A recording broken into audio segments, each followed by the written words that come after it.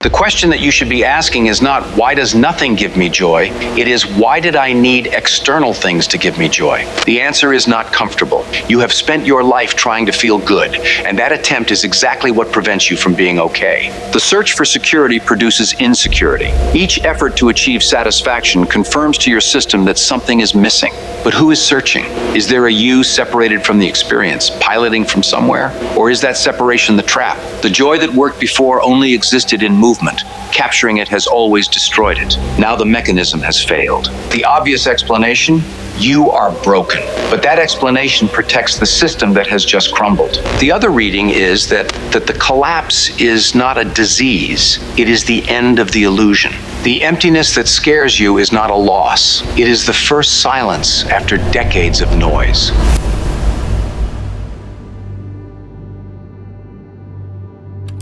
There's a moment in the human journey for which no one offers any preparation. It doesn't appear in education manuals, it doesn't come up in family conversations, and it isn't part of any institution's curriculum.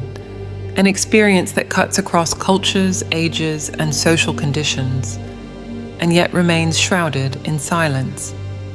This moment arrives without warning. Activities that once sparked enthusiasm start losing their substance. Music that used to give you chills now sounds like organized noise. Food that once offered pleasure becomes just a biological necessity. The company of friends, once a source of vitality, now demands disproportionate effort. Reading, walks, creative processes, everything that gave texture to existence flattens out. Life takes on a two-dimensional quality, as if someone had drained the colors from the world and left only gray outlines behind.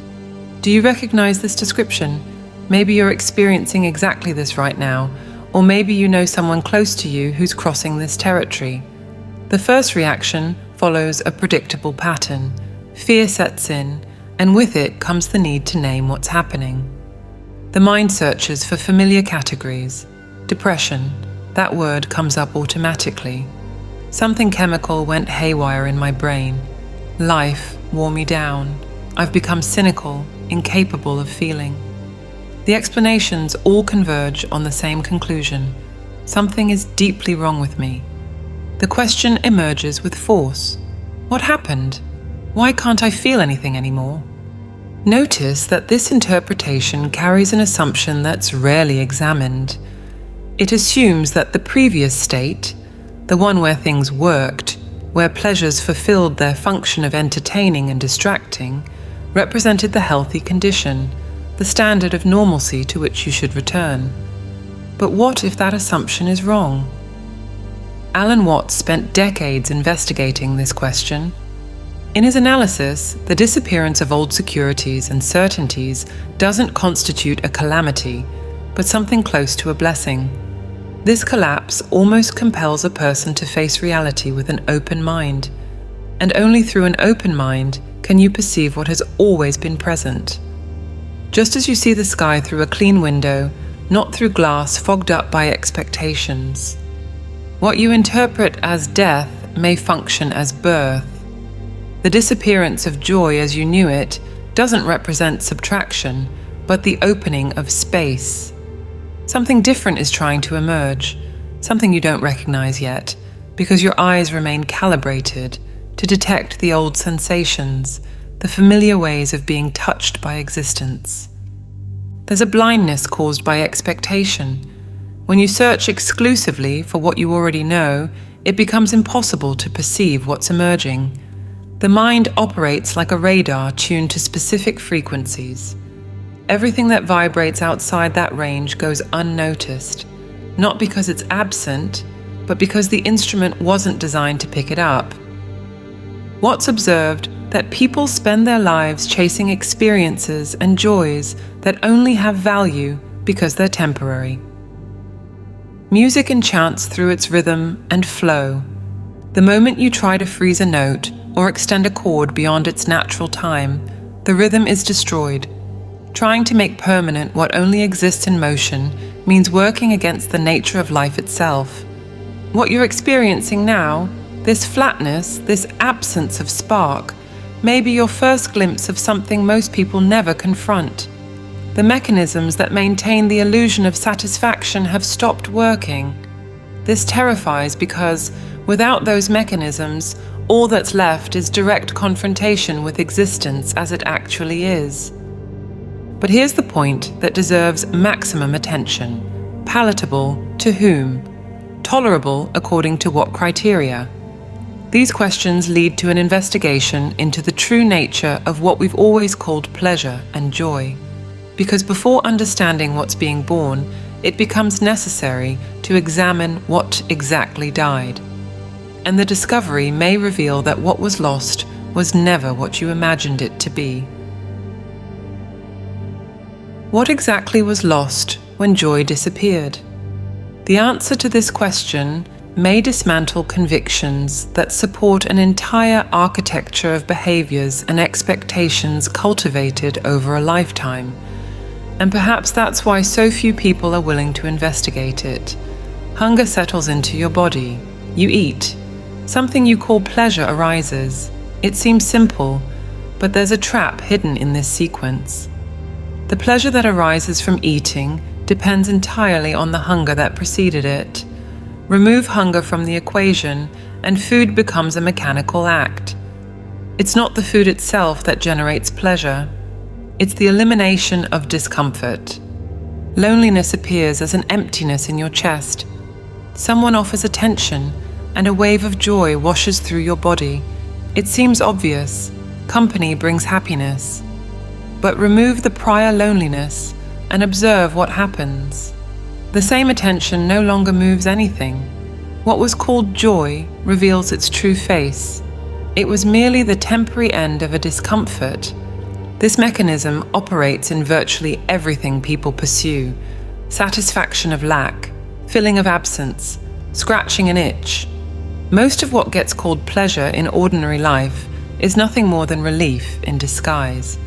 The momentary cessation of some discomfort that, often, you didn't even realize was present. The unsatisfactoriness of existence, what contemplative traditions identified millennia ago, doesn't mean everything is miserable. It means this constant cycle of wanting and getting carries instability in its very structure. It operates on a foundation of incompleteness, the silent conviction that something is missing. That you aren't enough as you are in this moment. Entire lives get organized around these brief moments of relief. Careers get built chasing these small satisfactions. Relationships form seeking to fill voids. Identities crystallize around the promise that the next achievement will bring definitive peace. Happiness, that's the name given to the temporary cessation of discomfort. Joy, that's what they call the interval between one lack and the next. The contemporary economy has understood this mechanism with surgical precision. The system works like a circle that needs to manufacture increasingly intense pleasures, or it collapses on itself. Constant stimulation of the senses, unceasing streams of noise and visual distraction. The ideal subject for this machinery keeps their ears permanently occupied, their eyes jumping from screen to screen, their nervous system in a chronic excitation that never reaches resolution. Orgasm without release. Promise without fulfillment. Each glimpse of satisfaction is immediately replaced by a new desire. Imagine someone striking your head with a hammer. Suddenly, the blows stop. Immense relief floods your body. You call this relief pleasure. Maybe you even feel grateful. Maybe you'd pay to have the blows stop for a few more minutes. Your whole life gets organized around getting longer and longer pauses between the hammer strikes. But a question remains suspended. Why were you being struck in the first place? Who's holding that hammer? And since when did accepting this condition become synonymous with normalcy? The discourse that accompanies this system, advertising, entertainment, success narratives, operates by the same principle. It provokes without satisfying. It replaces each partial gratification with 3 new desires. Each itch scratched awakens appetites that didn't exist before. The mechanism perpetuates itself because genuine satisfaction would mean the end of the game, and the game cannot end. Success, fame, a happy marriage, fun, recognition, being a fulfilled person, these goals that mobilize so much human energy share a peculiar characteristic. They're not concrete things, they're byproducts, atmospheres, flavors of real things, shadows that have no existence of their own. Money works as the perfect symbol of this confusion, a representation of wealth mistaken for wealth itself. The map confused with the territory. And you? How much of your life has been organized around chasing these shadows? How many decisions were based on the promise that the next conquest would finally bring what's missing? The entertainment worked. The distractions fulfilled their role. Relief came regularly, and you called it happiness without realizing what was really happening. Now that this mechanism has stopped working, now that the shadows no longer entertain, and the relief no longer disguises itself as satisfaction, the automatic interpretation is one of loss. Something was taken away, a capacity deteriorated, but examine this interpretation carefully. What exactly was lost? The ability to distract yourself from discomfort, the talent for confusing temporary anesthesia with definitive cure, the capacity to not notice that each satisfaction generated its own subsequent dissatisfaction. Perhaps this disappearance of joy as you knew it doesn't represent impoverishment. Perhaps it represents the first moment of lucidity after decades of a trance so normalized that it seemed like the only possible state. Something happens when this mechanism becomes visible, not an intellectual understanding, the kind that gets filed away in memory along with other information, something different, a recognition that passes through your entire body and settles in your bones, in your gut, in a place before words. This recognition carries a consequence no one anticipates. The old joys simply stop working. You're experiencing this now probably, otherwise you wouldn't be here. The pleasures that used to engage your interest have lost their power to do so, not for lack of trying. You tried. You went back to the same places, repeated the same rituals, sought the same sensations.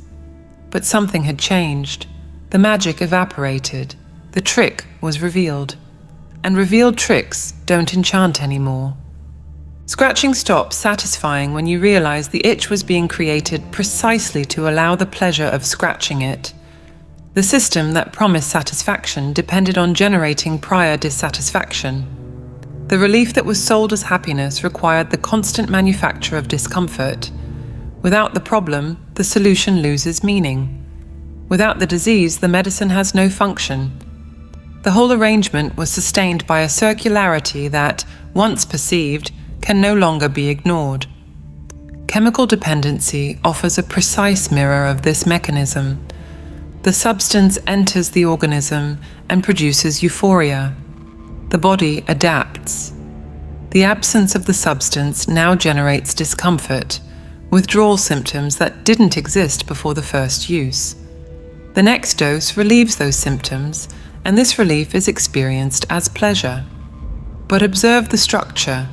The pleasure obtained is merely the temporary cessation of suffering that the substance itself created. The addict runs on a treadmill that they themselves turn on every morning, chasing a state that only seems good in contrast with the malaise that precedes it. Ordinary life operates by identical logic. Desires multiply. Each satisfaction generates 3 new lacks. Each conquest reveals 5 new territories to conquer. The promise of completeness always remains one step ahead, always beyond the present horizon. The race continues, not because it leads somewhere, but because stopping has become unbearable. You're not running towards something, you're running to escape what's right behind you.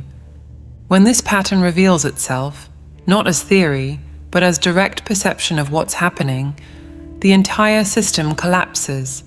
The vicious cycle only works while it remains invisible.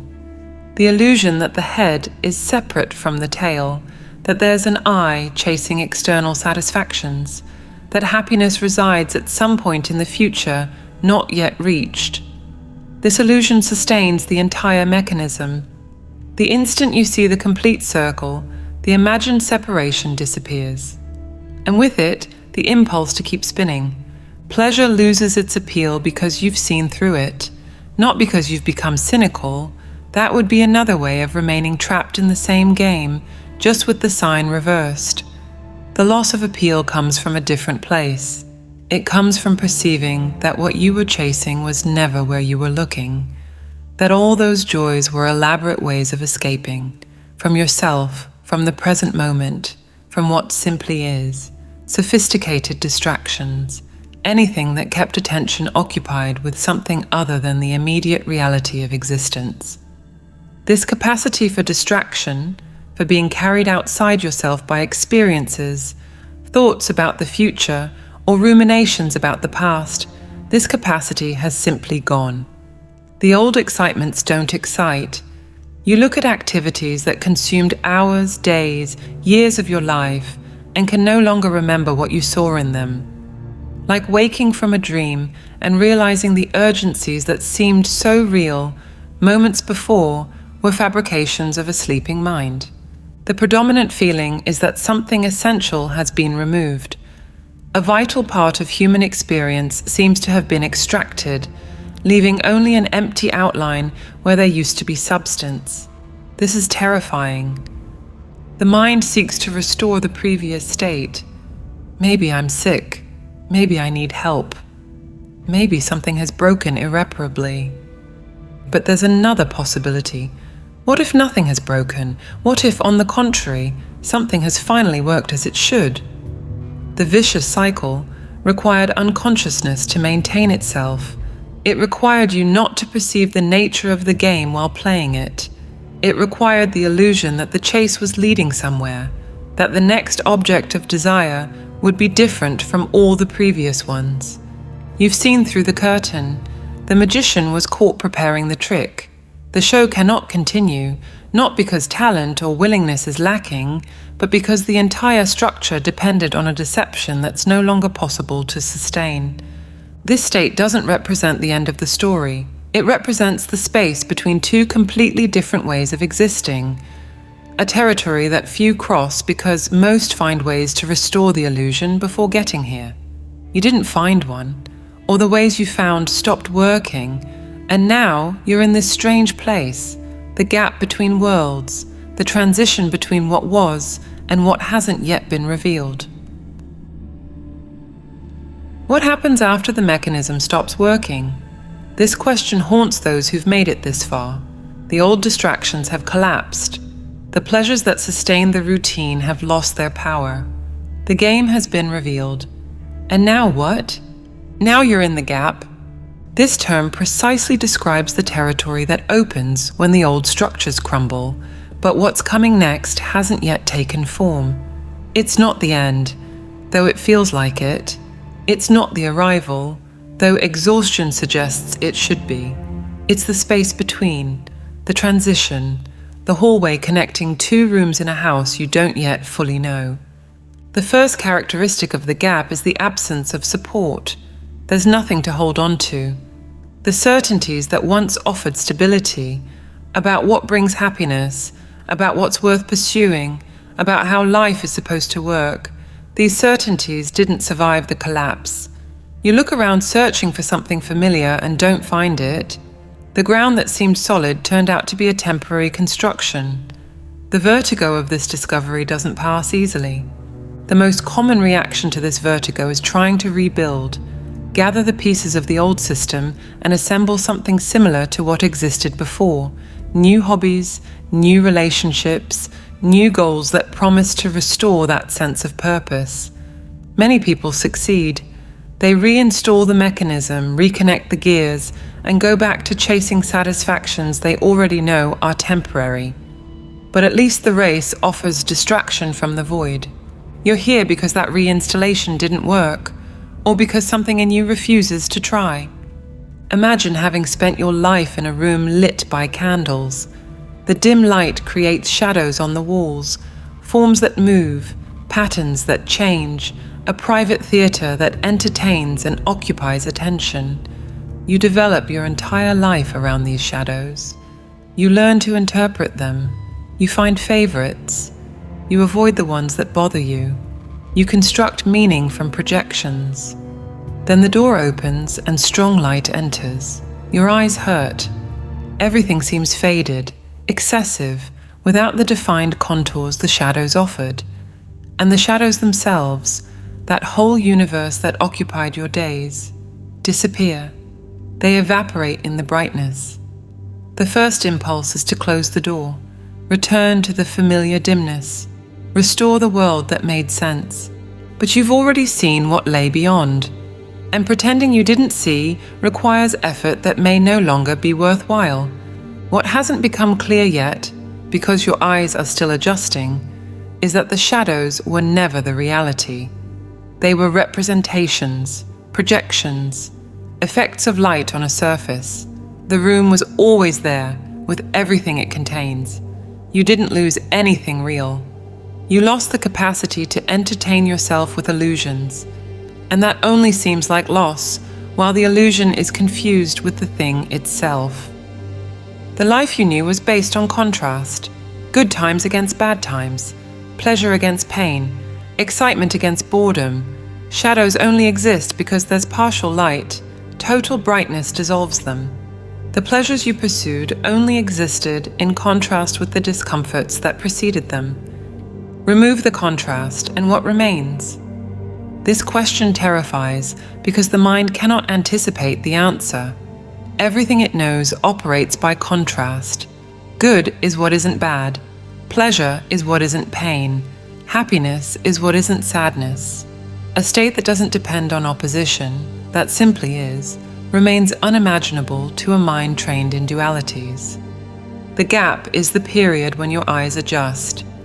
The old way of seeing, based on shadows and contrasts, no longer works. The new way, capable of perceiving directly without depending on projections, hasn't established itself yet. You're between two ways of experiencing existence, neither here nor there, suspended. The entire experience is radically momentary. Each instant emerges from the unknown and immediately dissolves. The mind wants to fix something, establish a point of reference, create stability in this transition. But fixing what flows means fighting against the nature of things. Music only exists while it moves. Freeze a note, and what remains isn't music, it's static noise. Life operates by the same principle.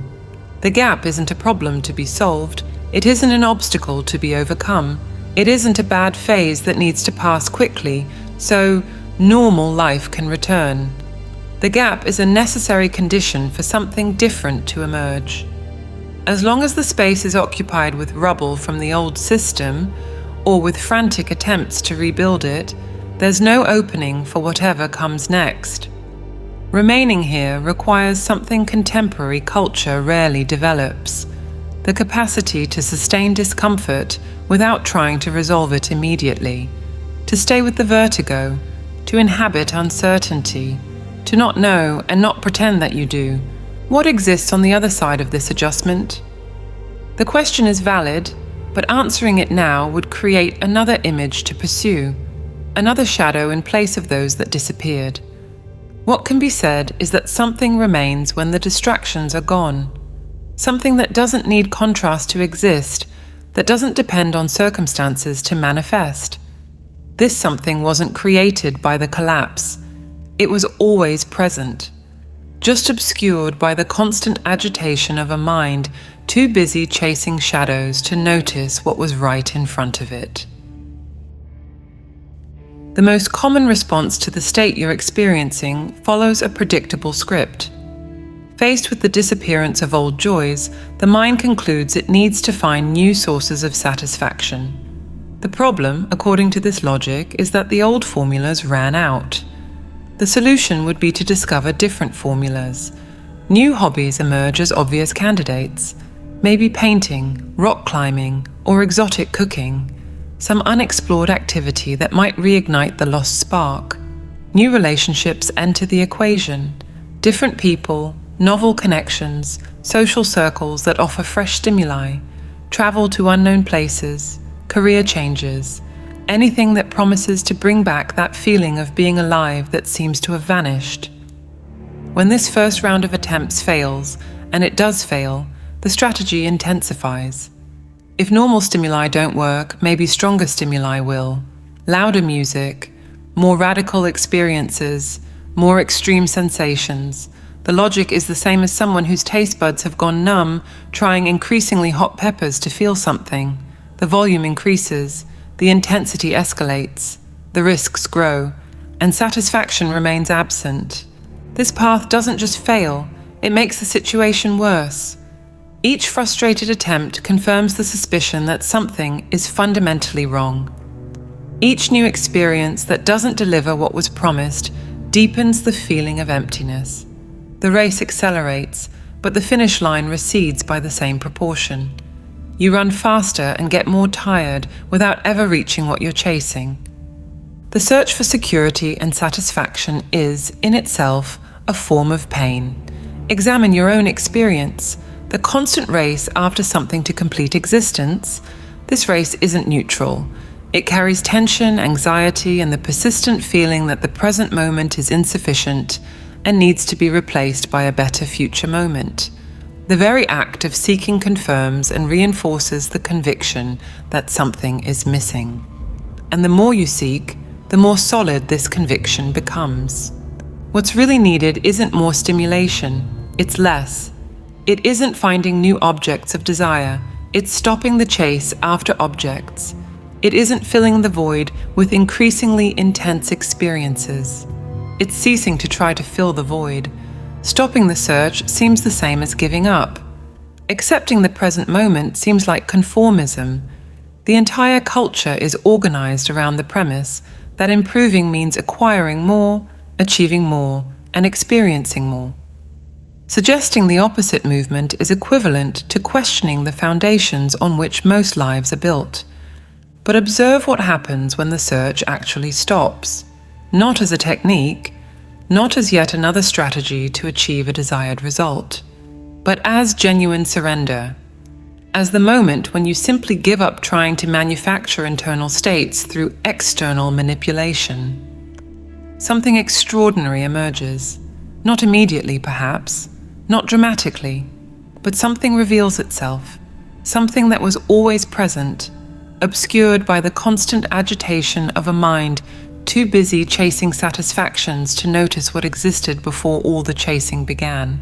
It's not joy in the sense you knew it, it's not excitement, not enthusiasm, not that effervescence that arose when a desire was temporarily satisfied. It's something of a completely different quality, a kind of being okay that doesn't depend on circumstances, a fundamental feeling that things are right exactly as they are, not because they're perfect or pleasurable, but because they're complete, sufficient. They don't need anything added. This doesn't mean that pain disappears. It doesn't mean that difficulties cease to exist or that adverse circumstances become pleasant. It means that beneath all the fluctuations, the highs and lows, the gains and losses, the comfort and discomfort, there exists a foundation that doesn't fluctuate, ground that doesn't depend on what's happening on the surface. The old joys operated by contrast. Good times were defined in opposition to bad times. Pleasure meant the absence of pain. Excitement was measured against the background of boredom. Everything depended on polarities, and polarities by nature alternate. What goes up comes down. What brings joy today brings sadness tomorrow. The entire system was based on structural instability. This being okay that reveals itself when the search stops doesn't operate by contrast. It doesn't need an opposite to define itself. It's present in pleasant moments and in difficult ones, in favorable situations and in adverse ones. It passes through all experiences without being touched by any of them. It's unaffected by what happens because it doesn't belong to the same category as what happens. When resistance to the present moment ceases, When the internal struggle to escape what is and reach what should be stops, mind and body begin to reorganize in ways that the previous agitation prevented. Tensions dissolve. Internal conflicts lose their fuel. The energy that was being spent in the constant battle against reality becomes available for other functions. The most disturbing discovery in this process is that wanting to get out of an uncomfortable state and the discomfort itself are the same thing. There isn't you on one side and the discomfort on the other, with you trying to get rid of it. The effort to escape is suffering experiencing itself. When this becomes clear, not as a concept, but as direct perception, the impulse to flee loses meaning, and something unexpected happens. The discomfort changes in quality. Sometimes it disappears entirely, other times it remains, but without the charge it carried before. You don't need to manufacture this being okay. You don't need to conquer it, deserve it, or develop it through elaborate practices. It's already here. It always has been. The only thing that obscured it was the frantic movement of a mind, convinced it needed to be somewhere else, feeling other things, and being another person. When that conviction dissolves, what remains is what was always present before all the confusion began. Everything described so far leads to an inevitable question. What do I do? How do I cross this territory and reach the other side? What are the practical steps? This question seems reasonable, but it carries a structural problem. Asking, "What do I do?" presupposes that there's something to be done, an action to undertake, a technique to apply, a distance to travel between where you are and where you should be. This presupposition reproduces exactly the pattern that created the original situation. The mind that asks, "How do I get there?" operates by the same logic that spent decades chasing future satisfactions. Applying this logic here transforms the discovery into just another goal to achieve, another target on the horizon, another promise of completeness that recedes as you try to reach it. The vicious cycle reinstalls itself in different clothing. You can't force this recognition to happen.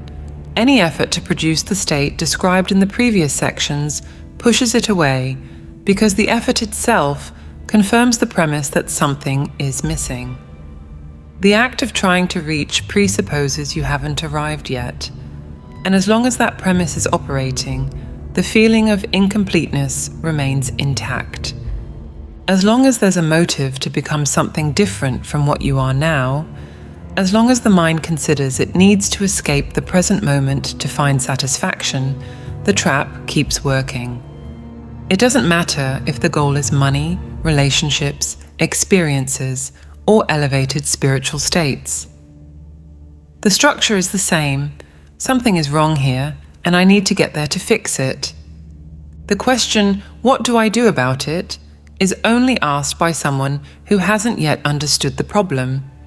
If a problem can be solved, understanding it and knowing what to do are the same thing.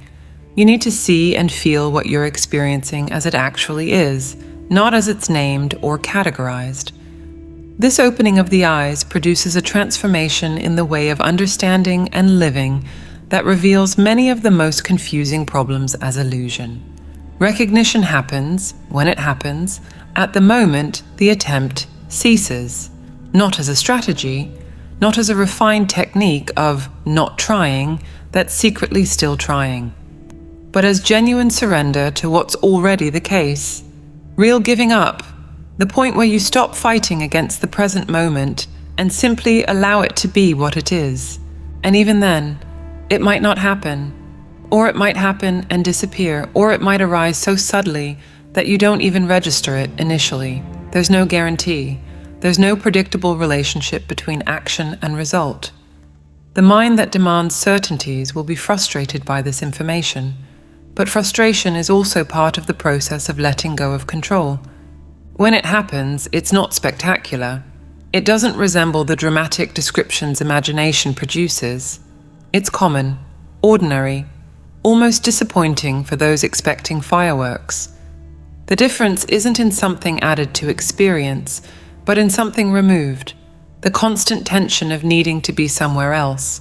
The conviction that this moment is merely preparation for a better moment coming later. What do you do in the meantime? While you inhabit this interval where the old satisfactions don't work and the new hasn't established itself? The answer is surprisingly mundane. You do what needs to be done. You take care of daily tasks. You fulfill the responsibilities life presents. But you do it without the expectation that these activities should generate happiness. You do it because it's what's here to be done. Not with heaviness, not with bitterness, but with practical acceptance. And you observe. You pay attention to the state you're in without judging it as good or bad, without classifying it as a problem to be fixed. You develop curiosity about your own experience. What happens when you stop resisting what you're feeling? What changes when the internal struggle ceases? The possibility that deserves consideration is that you didn't lose something, you've moved beyond something. The joys that used to work operated at a register that perhaps you've left behind. The pleasures that satisfied were calibrated for a version of you that no longer exists. It's not about an inability to feel, it's about having expanded beyond what those stimuli can reach. The invitation this state represents, though it doesn't feel like an invitation, though it feels like punishment, is to discover that ordinary existence, without traditions, without special achievements, without altered states, already contains everything you were searching for, not because it produces pleasant sensations, but because it's what actually exists. This discovery disorients the conditioned mind. It never needed improvements. The entire search was based on a misunderstanding about the nature of the starting point. This recognition that you're already where you always wanted to arrive isn't an end point, it's a starting point. From here, a different way of living becomes possible, a way that doesn't depend on chasing future states to feel complete now. That doesn't need specific circumstances to experience peace. That finds sufficiency in the ordinary. Meditation offers a path to cultivate this capacity for presence without agenda, not as a technique to achieve something, but as a practice of simply being, without trying to modify, improve, or escape what is. We've developed audio tools designed specifically to support this process of reconnecting with what's already here. If what was shared in this video resonated with something you're experiencing, the next step is simple. Explore the resources available in the link below. If this content made sense to you, leave in the comments, "It made sense to me."